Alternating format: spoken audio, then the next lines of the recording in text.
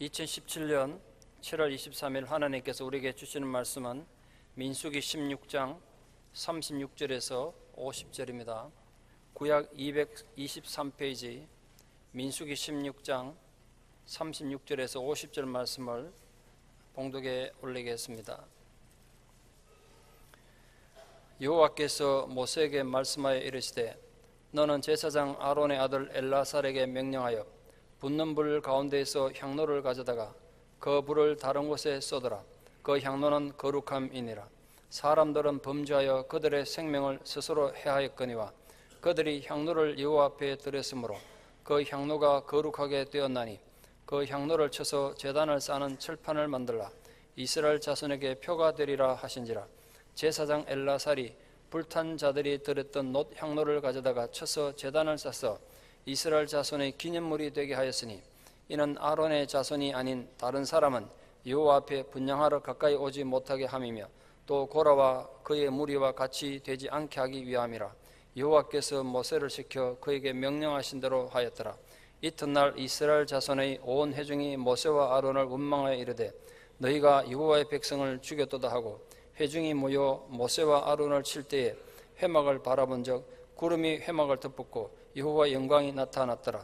모세와 아론이 회막 앞에 이르매 여호와께서 모세에게 말씀하여 이르시되 너희는 이 회중에게서 떠나라. 내가 순식간에 그들을 멸하려 하노라 하시매 그 두 사람이 엎드리니라.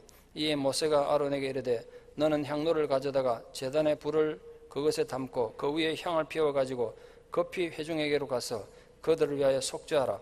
여호와께서 진노하셨으므로 연병이 시작되었음이니라. 아론이 모세의 명령을 따라 향로를 가지고 회중에게로 달려간즉 백성 중에 연병이 시작되었는지라. 이에 백성을 위하여 속죄하고 죽은 자와 산 자 사이에 섰을 때에 연병이 그치니라. 고라의 일로 죽은 자 외에 연병에 죽은 자가 14,700명이었더라. 연병이 그치매 아론이 회망문 모세에게로 돌아오니라. 아멘. 19세기 말 근대 부르주아 역사가 해체되면서 세상의 어두운 면과 인간의 추악함을 폭로한 새로운 문학이 등장하게 되는데 그걸 자연주의 문학이라고 합니다. 프랑스에서 시작되어서 전 세계에 많은 영향을 줬습니다. 일제시대 암흑한 우리나라에까지 영향을 줘서 우리 근대 소설가들의 많은 작품이 자연주의 작품으로 쓰였습니다. 대표적인 작가가 여러분 잘 아시는 에밀 졸라인데 노동자나 농민, 매춘부 같은 하층민들의 비참한 삶을 정말 그 인간의 비참함을 너무 적나라하게 써서 목노주점은 세계적으로 문제가 됐던 작품입니다. 저도 그 어릴 때 읽어보면서 야, 인간이 이렇게 비참할 수가 있나. 근데 제 개인적인 생각입니다만 세계 각국 나라들 소설 읽어보고 우리 한국인 정서와 가장 맞고 한국인의 한을 가장 잘 표현한 작품은 프랑스 작품 같습니다. 꼭 한국 사람 아픔을 읽는 것 같은 그런 느낌을 목노좀 읽으면서 많이 느꼈습니다. 그 외에 또 에밀 졸라 본인이 직접 광산에 내려가 가지고 광부들의 비참한 삶을 직접 체험해보면서 써서 엄청나게 문제를 일으켰던 제레미날 같은 그런 소설들이 자연주의 대표작이라 하겠습니다. 근데 그 작품들을 뛰어넘어서 역사 속의 자연주의 문학의 최고 걸작이라고 일컬어진 작품은 에드몬드 데 콩쿠르와 줄스 데 콩쿠르 형제, 두 사람 형제입니다. 형제가 소설을 같이 썼는데 지금 세계적인 문학상인 콩쿠르 문학상은 이들이 남긴 유산에 의해서 만들어졌습니다. 그 형제가 함께 쓴 제레미네 라세르토라는 작품이 있습니다. 이게 자연주의 문학의 최고봉이라 합니다. 오늘 설교를 돕기 위해서 한 1분 정도로 요약을 좀 설명을 해보겠습니다. 프랑스 어느 지방에 가난한 가정에서 막내딸로 태어났던 제레미니는 집이 살기 힘드니까 어릴 때 부모 떠나서 파리에 있는 어느 노처녀 집에 하녀로 들어갑니다. 겉으로 보기에 제레미니는 아주 부지런하고 충실한 하늘처럼 보였습니다만 그 책의 묘사가 아주 얼굴이 되게 못생긴 걸로 추녀로 이렇게 묘사가 됐습니다. 근데 얼굴을 못생겼는데다가 아주 막 거침없이 말도 하고 행동하는 그 밑바닥에 강렬한 욕망이 불타고 있는 그런 여자였습니다. 그래서 밤마다 주인 몰래 집을 빠져나와가지고 창녀들이 주로 찾는 음식점에 가서 창녀들하고 친구도 되고 뭐 그렇게 살다가 그 음식점 주인 아들인 주편과 사랑에 빠져서 정을 통하게 됩니다. 사랑에 목에 말랐던 이 제레미니는 주편에게 모든 걸 쏟아부어서 자기가 이때까지 한여에서 벌어모았던 돈 몽땅 다 털리고 임신까지 한 상태에서 헌신삭처럼 버림을 받습니다. 그런데도 그 남자 사랑을 구하겠다고 계속 쫓아다니면서 술집을 찾아다니고 전전합니다만 남자에게서 계속 욕만 먹고 무시당하죠. 그러다 떨어질 줄 모르고 쫓아다닙니다. 그러다가 주편은 이 군대를 안 가기 위해 가지고 뇌물을 쓰는데 또 그 돈까지 빚내 가지고 마련해 주고 그 남자 마음 돌리고 발부동을 칩니다만 끝내 주편은 딴 여자에게로 가버리고 말았습니다. 그 후에 이 제레미니는 질투와 자포자기로 술만 마시다가 도둑질과 매춘을 거듭하다가 병이 들어서 비참하게 죽는 게 소설의 내용입니다. 읽으면 가슴이 참 답답하죠. 근데 이 소설의 분위기가 19세기 말 유럽 세계의 분위기였다는 거예요. 세상의 분위기였다는 거예요. 그런데 제가 질문이 있습니다. 짧은 내용이라 여러분 파악하기 좀 힘드시겠지만 이 제르미니의 죽음은 누구 책임이고 누구 탓입니까? 잘못된 세상의 제도 탓입니까? 아니면 여자한테 돈이나 뺏어갔던 변심한 남자 주편의 책임입니까? 아니면 제레미니 본인의 책임입니까? 누가 이 여자의 죽음의 책임이냐? 이걸 제가 묻고 싶어서 이 소설을 말씀드렸습니다. 이 투표로 정하면 좋겠죠. 이거. 오늘 본문에서 우리는 이 부분에 대해서 심각하게 고민하게 될 것입니다. 그리고 그 과정에서 보여주는 인간의 추악한 실태를 마주하게 될 것입니다. 그리고 우리는 지금 어디에 있고 우리는 무엇을 해야 하는지를 함께 고민하고 묵상함으로 길을 찾는 시간이 되기를 바랍니다. 지난주에 이어서 오늘 본문의 배경은 고라당이 아론의 대제사장직에 도전하고 또 다단과 아비람은 모세의 통치권에 도전했다가 하나님 징벌로 죽음을 맞게 된 비극이 일어난 직후의 상황을 다루고 있습니다. 이 고라당의 반역의 사건이 사회적으로 어떤 영향을 끼쳤을까요? 세 부분의 방향에서 좀 바라볼 필요가 있지 않을까 이런 생각을 해봤습니다. 먼저 하나님은 이 인간의 반역의 사건을 어떻게 이해하시고 다루셨고 결론을 내리셨는가 중요하게 봐야 되죠.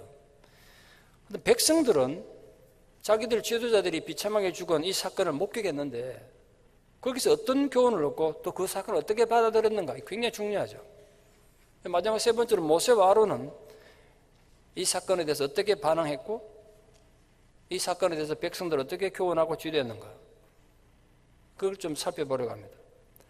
먼저 하나님께서는 이 고라당 일당의 땅이 갈라져 죽고 250명 백성들의 유명한 자들이 불에 타 죽는 끔찍한 비극이 이 비극이 두 번 다시는 이스라엘의 되풀이 되지 않기를 바라는 마음에서 이게 너희들의 교훈이 되기를 바란다. 그래서 세 가지 명령한 것이 오늘 본문 26절부터 36절부터 되어 있습니다.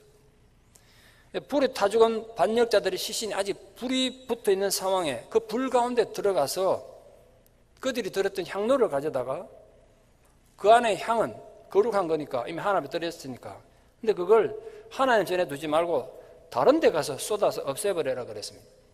반역자들이 드린 분양 하나님 안 받으시겠다는 뜻이죠. 가족의 손에 시체조차 손대면 안 되는 대제사장, 시체 손대면 부정해지니까 대제사장 직무를 감당을 못합니다. 그걸 방지하기 위해 가지고 아론의 아들 엘라살이 아버지 대신해서 지금 불타 죽고 있는 250명 시신 안에 들어가 가지고 향로를 거두어 드리라고 명령했습니다. 그 향로를 가져다가 어떻게 하라 그랬냐면 향로가 지금 청동으로 됐으니까 그걸 다 펴가지고 철판을 만들어서 그 철판을 분향단에다 갖다 붙여 놓으라는 거예요. 그 사람들이 제사 드리러 올 때마다 그 분향단을 보지 않겠어요? 그럼 그 분향단을 감싸고 있는 철판이 어떤 철판인데요? 옛날 하나님 앞에 반역했던 백성의 지도자들이 들었던 향단으로 만든 거란 말이에요. 근데 그걸 바라볼 때마다 죄의 경각심을 일깨우는 경고의 기념물로 삼아라 그러셨습니다. 물론 그건 볼 때마다 또 하나님 한편으로는 하나님 은혜의 기념물이 될 수도 있지 않겠습니까? 자기들도 반역에 같이 동참했는데 자기들도 이 사람들처럼 함께 죽어야 했는데 하나님 은혜로 우리는 이렇게 살아남았구나. 이게 참 감사하구나. 하나님 앞에 번제 드릴 때마다 그걸 생각하는 거예요. 여러분이 예배에 나올 때마다 그냥 습관적으로 예배 시간 됐으니까 주일을 가자 헐레벌떡 오시지 말고 죽어했던 내가 살아나서 이렇게 하나님 앞에 예배자로 서 있구나. 이 감격을 여러분 만약 가질 수 있다면 복이 있는 겁니다. 그런 예배가 우리 가운데 있으면 좋겠습니다. 그러면서 하나님이 이렇게 당부하셨어요. 이런 반역은 어느 시대 어떤 곳에서도 또 일어날 수 있으니까 이 고라의 반역이 되풀이 되는 걸 방지하기 위해서 이 향로가 백성들에게 기념하는 기념물이 되게 하라. 그렇게 당부했습니다. 거기에는 이 하나님 백성들이 죄로 인해서 멸망당하는 일이 다시는 일어나지 않았으면 좋겠다. 그런 하나님의 아버지의 자비와 긍휼하심이 거기에 담겨 있는 거죠. 그러니까 하나님이 원하시는 건 제가 몇 번 설교를 드렸습니다만 심판이 아니라 구원이세요. 그게 성경의 주제고 정신이란 말이에요. 여러분 잘 아시는 에스겔 33장 11절에 하나님 이렇게 당부하셔서 나의 삶을 두고 맹세하노니 나는 악인이 죽는 것을 기뻐하지 아니하고 악인이 그 길에서 돌이켜서 떠나서 사는 것을 기뻐하노라. 이스라엘 족속들아 너희 악한 길에서 떠나라. 어째서 죽고자 하느냐. 답답해서 그래 말씀하셨어요. 신약에 와서도 베드로가 성경을 썼는 베드로서 3장 9절에 이런 말씀이 있습니다. 오직 주께서 너희를 대하여 오래 참으사 아무도 멸망하지 아니하고 다 회개하기에 이르기를 원하노라. 이게 하나님의 마음이라는 거예요. 첫 번째 결론입니다. 250명이나 불에 타 죽고 땅이 갈라져서 고라의 땅이 죽는 이 비참한 비극은 하나님은 이런 비극이 두 번 다시 너희들의 공동체에 일어나지 않기를 바라는 하나님의 간절한 안타까움으로 하나님 해석하고 당부하셨습니다. 그럼 일반 백성들은 이 고라당 심판을 어떻게 이해하고 반응했을까요? 이 고라당의 반역은 그들의 죽음으로 끝난 것이 아니라 이스라엘 백성들에게 엄청난 영향을 끼쳤던 걸로 본문에 기록됐습니다. 이 백성들은 불과 어제거든요. 어제 하루 전이래요. 어제 고라 일행이 죽은 건 이 사람이 이렇게 해석한 거야. 바로 모세와 아론 때문이다. 모세와 아론 때문에 하나님의 귀한 사람이 죽었다. 원망만 한 게 아니라 본문에 보니까 모세와 아론을 쳤대요. 그 친다는 말이 사실 두 가지 해석은 가능합니다만 욕을 하면서 비난한다는 의미도 있습니다만 실제로 폭력을 가하는 거죠. 때렸다는 거죠. 아마 제가 보기에는 때린 것 같아요. 화가 난 군중들이 구타를 한 겁니다. 막 뺨을 때렸는지 돌로 쳤는지 몽둥이를 들고 때렸는지 모르겠습니다만 지금 이때 모세 나이가 거의 120세쯤 됐고 아론이 123세쯤 됐습니다. 화가 난 군중들이 100세가 훨씬 넘은 노인네들을 두드려 팼단 말이에요. 이런 황당한 경우가 어디 있습니까? 지금 회중들은 어제 고라당의 심판받는 그 비참한 상황에서 다 죽을 건데 자기들도 모세와 아론의 중보기도로 살아남았단 말이에요. 모세 덕분에 살아남은 거예요. 그런데 어떻게 변망덕하게 모세와 아론을 원망하며 돌을 들어 칠 수 있냐고요. 게다가 이들의 비난의 소리는 이 고라당의 악평보다 더 심했습니다. 뭐라고 지금 모세를 원망하고 아론을 원망했냐면 너희들 때문에 여호와의 백성이 죽었다는 거예요. 너희가 여호와의 백성을 죽였다. 이거보다 더 불합리하고 악한 말이 어디 있습니까? 지금 백성들은 하나님 권위에 도전하다가 하나님 앞에 심판받아 죽은 자들을 여호와의 백성이라고 부르고 지금 모세와 아론은 나쁜 사람이란 거야. 그럼 어떻게 되냐면 반역을 저지르다가 죽은 사람들은 정당한 거고 하나님 심판 공의가 잘못됐다는 거죠. 그들은 고라 일당에 죽은 것을 단순히 모세와 관련된 정체적 문제로 간주한 겁니다. 그래서 죽지 말아야 될 안타까운 하나님의 사람들이 모세와 아론 때문에 죽었다는 거예요. 제가 고민에 빠졌습니다. 어떤 근거로, 무엇 때문에 이스라엘 백성들은 자기들 눈앞에서 하나님의 저주로 징벌받아 죽은 사람들을 왜 모세와 아론 때문에 죽었다고 이렇게 비판하는가? 아무 근거 없이 그냥 감정적인 흥분해서 비판한 것인가? 그건 아닌 것 같아요. 제가 묵상해 보니까 이런 결론에 도달했습니다. 아마 이런 이유 때문에 이스라엘 백성들은 모세와 아론 때문에, 당신들 때문에 나라의 중요한 지도자들이 죽었다 비판한 것 같아요. 첫째는 왜 그들을 말리지 않았냐는 거예요. 그들이 설령 당신들에게 대제사장이 요구하고 모세 당신의 통치권 요구한 거 잘못됐다 치자 말이야. 그러면 10분이고 20분이고 참고 설득하고 그 사람들 마음 돌이킬 때까지 참아야지. 왜 쓸데없이 향로를 가지고 하나님 앞에 나가자 그래가지고 죽게 만들었냐는 거야. 그게 사랑이냐 이거지. 그게 하나님 사람이란 당신들이 할 짓이냐. 이렇게 비판한 것 같습니다. 또 한편은 더 나아가서는 아마 이런 생각도 했던 것 같아요. 차라리 아론 당신이 대제사장직을 그냥 순순히 내주지. 그럼 아까운 인재도 안 죽었을 거 아니냐는 거야. 출애굽하고 지금 거의 세월이 40년쯤 지나갔는데 그만큼 해먹었으면 됐지. 얼마나 그 자리 더 지키려고 그렇게 욕심 부렸다가 억울한 사람 죽게 만드냐는 거예요. 모세 당신도 마찬가지란 거지. 나이 120쯤 됐으면 이제 젊은 사람들한테 지휘권 넘겨줘도 되지 않냐. 백사도 벌써 넘어가지고 언제 죽을지 모를 영감이 막 노욕이 지나쳐가지고 그 자리 붙잡고 있다가 양보 안 해가지고 안 죽어도 될 아까운 인재들이 죽었다는 겁니다. 여기서 제가 다시 묻습니다. 이 고라당의 죽음은 누구 책임입니까? 오늘 백성들의 원망처럼 지도자 모세와 아론 탓입니까? 아니면 하나님이 잔인했습니까? 하나님 그에 대한 답을 명쾌하게 내렸습니다. 38절에 이렇게 말씀하셨습니다. 이 사람들은 범죄하여 그들의 생명을 스스로 해쳤다. 하나님은 분명히 그들이 저지른 죄악의 결과로 스스로 자기들 무덤 파고 죽었다는 뜻이에요. 그렇게 진단 내렸습니다. 그러니까 다른 누구도 원망해서도 안 되고 핑계할 수 없다는 것입니다. 그런데 지금 군중들은 그들의 죽음의 책임을 모세와 아론이 책임져야 된다는 거예요. 아무리 공동체에 일어난 문제를 책임을 지도자가 져야 되는 건 맞지만 그래도 이게 말이나 되는 소리입니까? 이걸 보면서 인간의 악함을 다시 생각합니다. 인간이 악해도 이렇게 악할 수가 있는가? 그들이 지금 어떤 상황이 있는데요?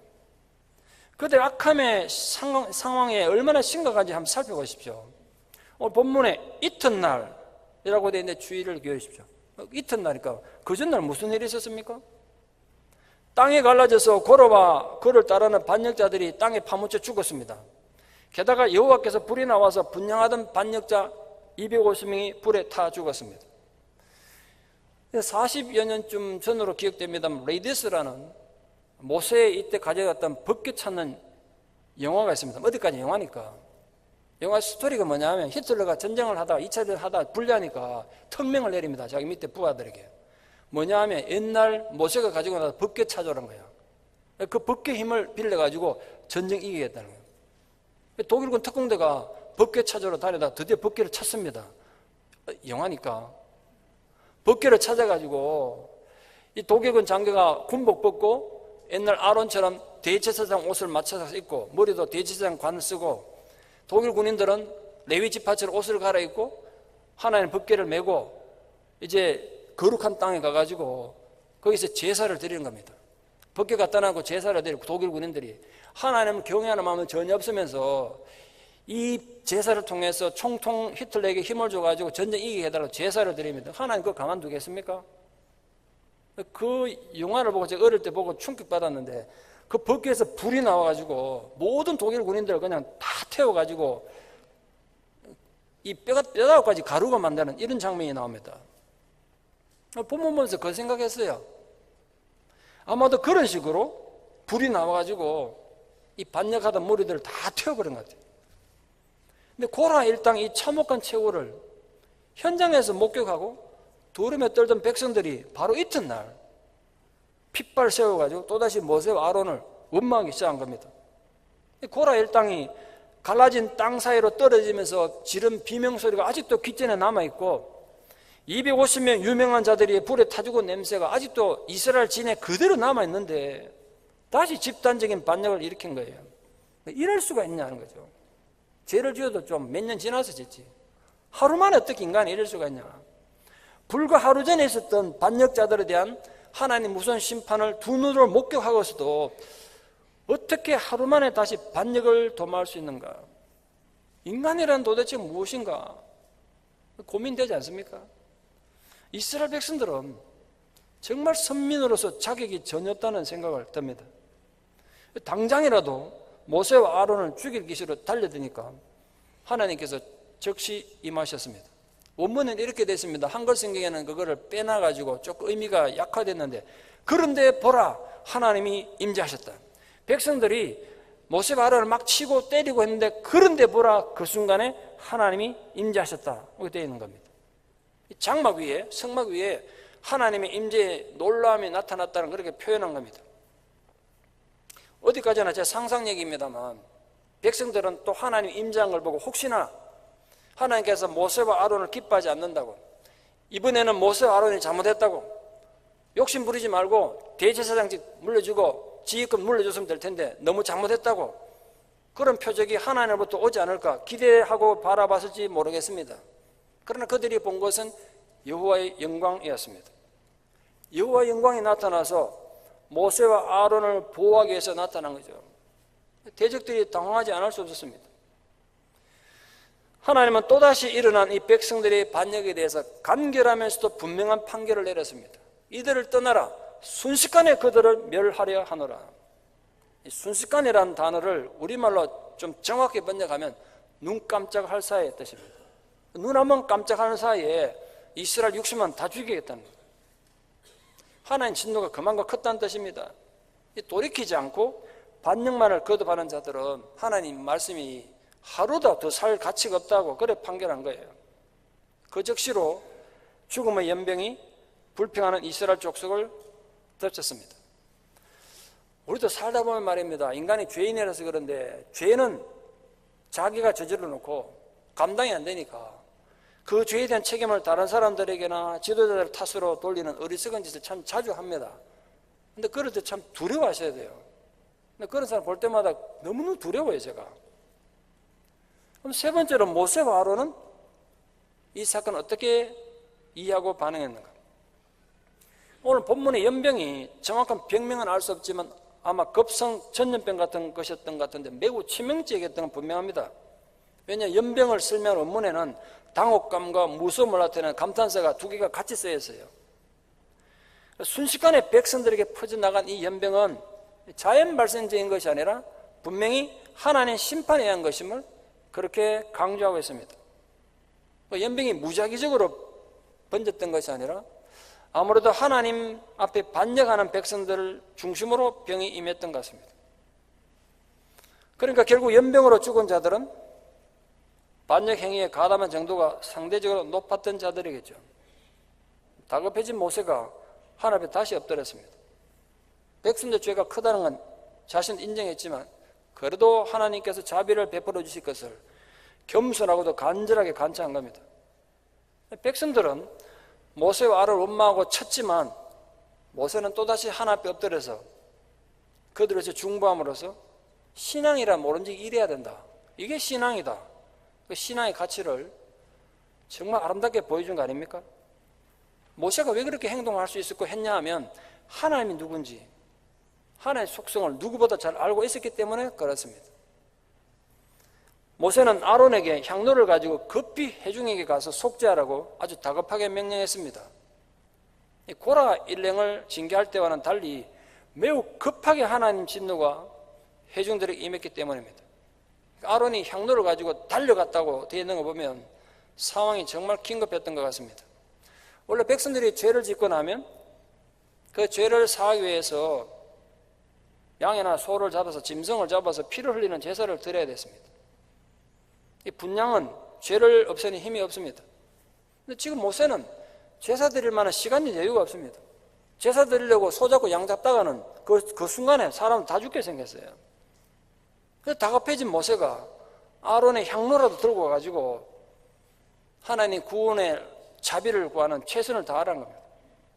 한순간에 연병으로 죽은 자가 14,700명이었으니까 연병의 강도가 얼마나 컸는지 짐작할 수 있죠. 한순간의 실수로 너무 많은 사람이 죽은 겁니다. 전민족적인 비극이 아닐 수가 없습니다. 그런데 여기서 우리가 눈여겨봐야 될 사람이 아론인데요. 모세 명령에 대해서 아무런 대꾸도 불평도 없이 무서운 심판이 진행 중인 연병 한가운데로 들어가서 산자와 죽은 자 사이에서 중보자를 섰다는 거예요. 자기도 잘못 죽을 수 있잖아요. 병들어 죽을 수도 있고 화가 난 백성들을 맞아 죽을 수도 있는데, 그게 실천하는 신앙의 아름다운 모습이 아닌가, 그걸 다시 생각하게 됐습니다. 산자와 죽은 자 사이에 섰다는 표현은 죽음의 연병이 모든 이스라엘 회중에 퍼진 것이 아니라 특히 불평하고 반역한 무리들이 모여있는 특정 지역을 중심으로 퍼졌다는 뜻일 것입니다. 그래서 아론은 연병이 퍼진 지역과 아직 퍼지지 않은 지역 사이에 섰다는 거예요. 물론 그 의미는 죽어 마땅한 자와 용서받아 생존할 자 사이에 중보자로 섰다는 의미도 되겠죠. 초점은 이거예요.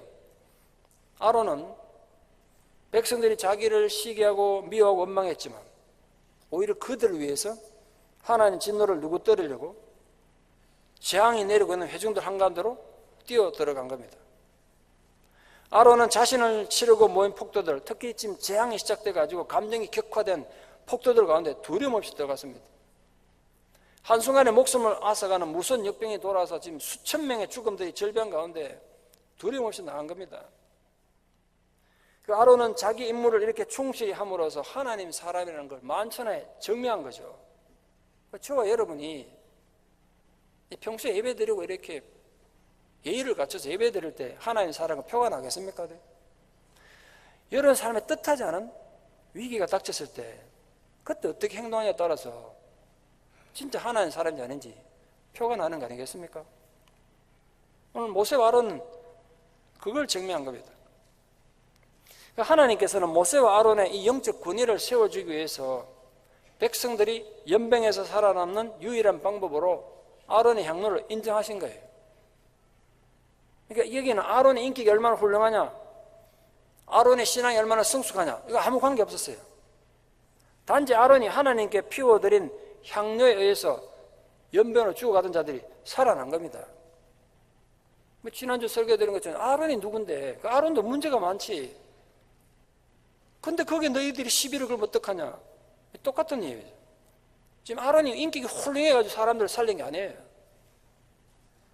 그게 기원이 돼가지고 지금도 가톨릭에서는 사제들이 교인들 집을 새로 사거나 가게를 오픈하거나 병든 사람 가가지고 향을 흔들어가지고 축성하지 않습니까?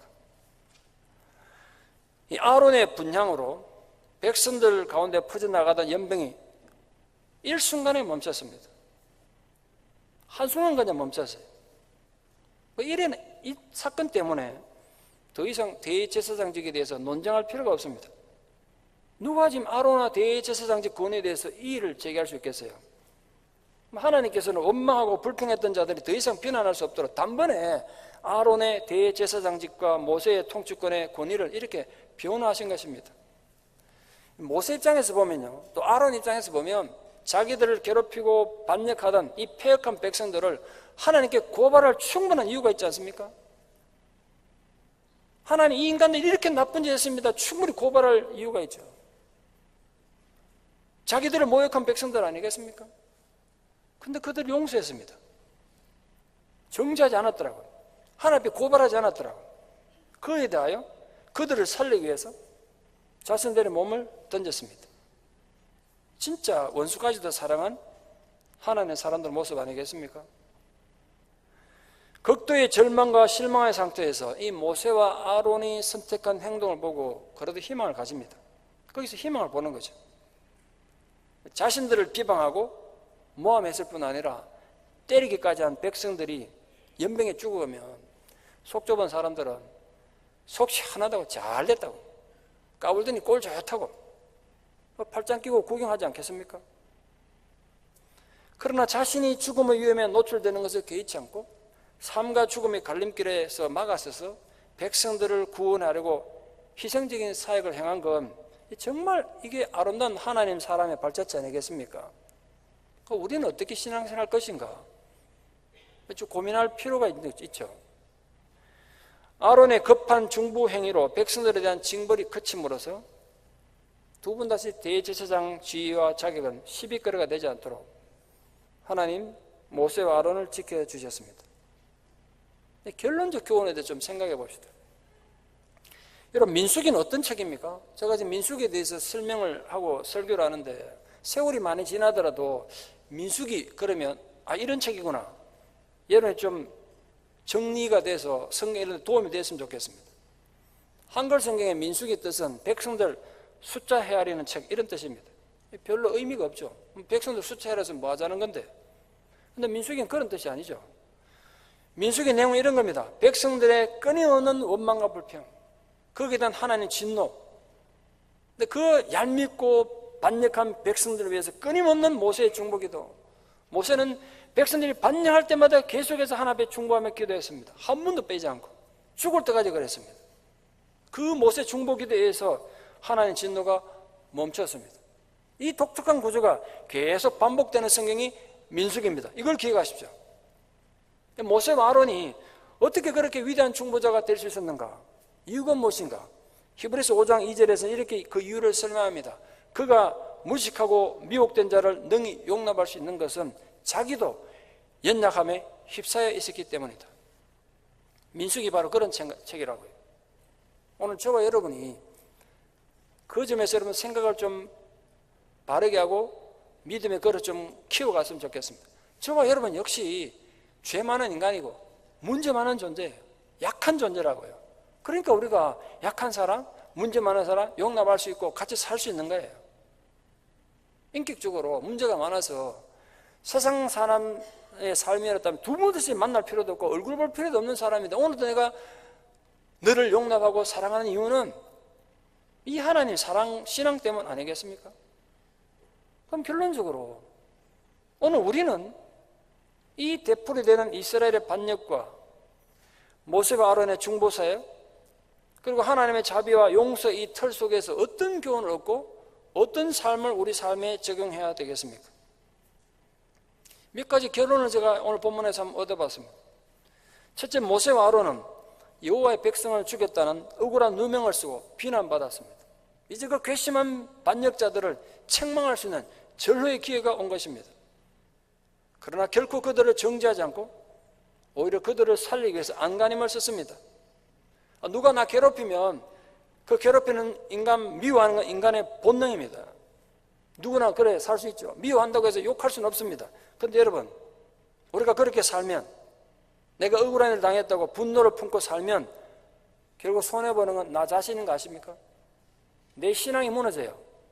내 안에 하나님의 나라가 깨진다고요. 내 안에 평화가 사라져요. 우리 신앙이 무가치한 것이 됩니다. 그게 제가 여기서 얻은 첫 번째 교훈입니다.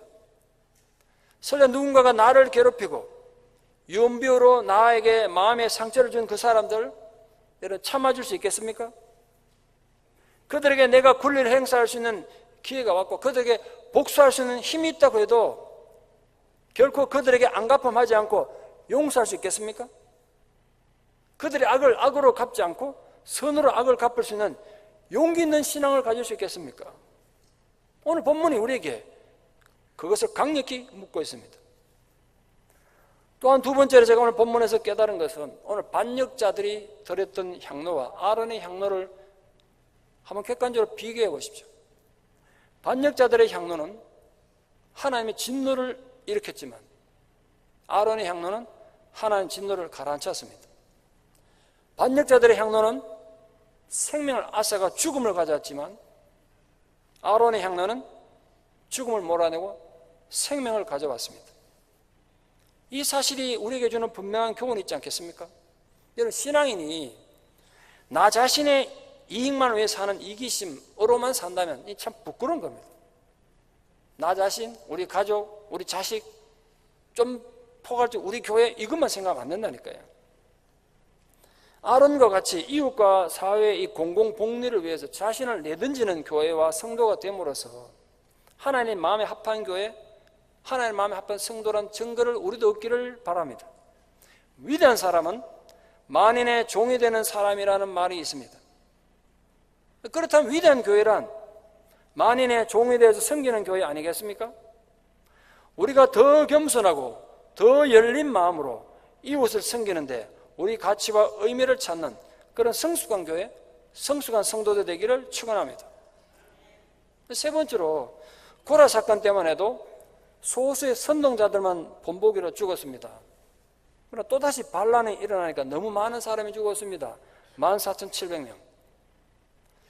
하나님의 작은 심판을 보고도 깨닫지 못하고 계속 패역한 길을 가는 사람에겐 하나님께서 더 큰 심판을 내린다는 교훈 아니겠습니까? 그걸 가슴에 잘 새기고 죽을 때까지 우리 늘 실수하고 죄짓고 또 살 거예요. 그러니까 실수와 죄 가운데서 하나님의 더 큰 심판이 여러분에 닥치지 않도록 여러분 영성을 잘 관리하시고 때맞추 올바른 회개를 함으로써 하나님 위를 얻는 자로 살아가기를 바랍니다.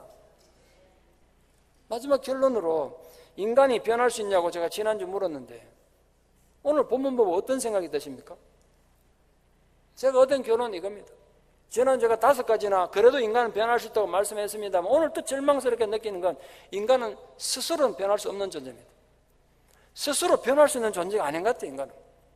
오늘 본문은 인간의 심령을 변화시키기 위해서는 하나님 은총이 반드시 필요하다는 걸 웅변적으로 보여주는 살아있는 증거 아니겠습니까?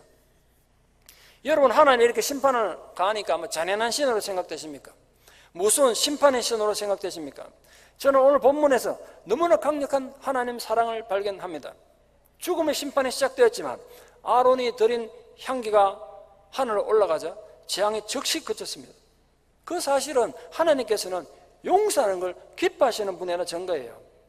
하나님은 아무리 흉악한 죄인이라도 회개하고 돌아와서 사랑을 기뻐하신다 그랬지 않습니까? 그러니까 하나님은 심판이 진행 중이어도 그 심판이 진행 중인 속에서도 자비를 베푸는 분이세요. 그러니까 여러분 정말 부탁합니다. 설령 여러분이 실수하고 잘못해가지고 하나님의 끔찍한 죄를 지었습니다. 그래서 그 하나님의 엄청난 징계를 받고 있는 중이라고 칩시다. 그렇더라도 하나님을 의지하십시오. 그렇더라도 하나님을 신뢰하십시오. 그럼에도 불구하고 하나님의 사랑을 붙잡으십시오. 그래야 살 길이 열린다고요. 그 하나님의 사랑과 자비를 결코 무시하거나 망각하지 않기를 부탁합니다.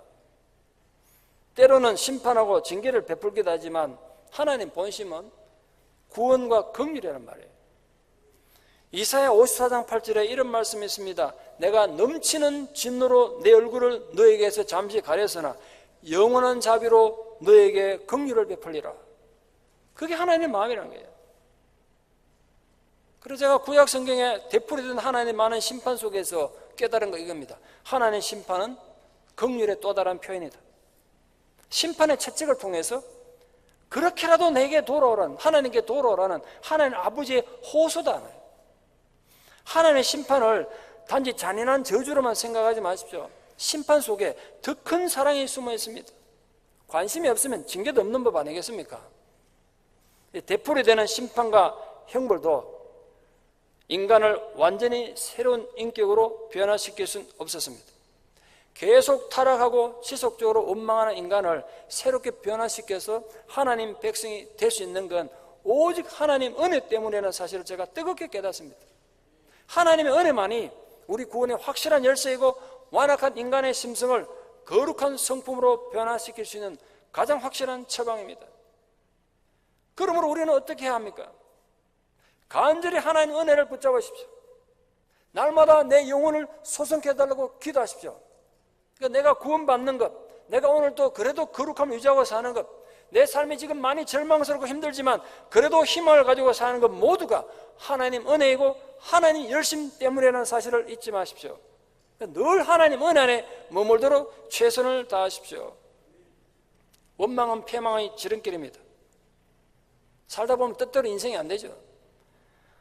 뜻대로 일이 진행되지 않으면 자신을 반성하기보다 다른 사람에게 책임을 돌리거나 불평하는 것, 인간의 본능에 가깝습니다.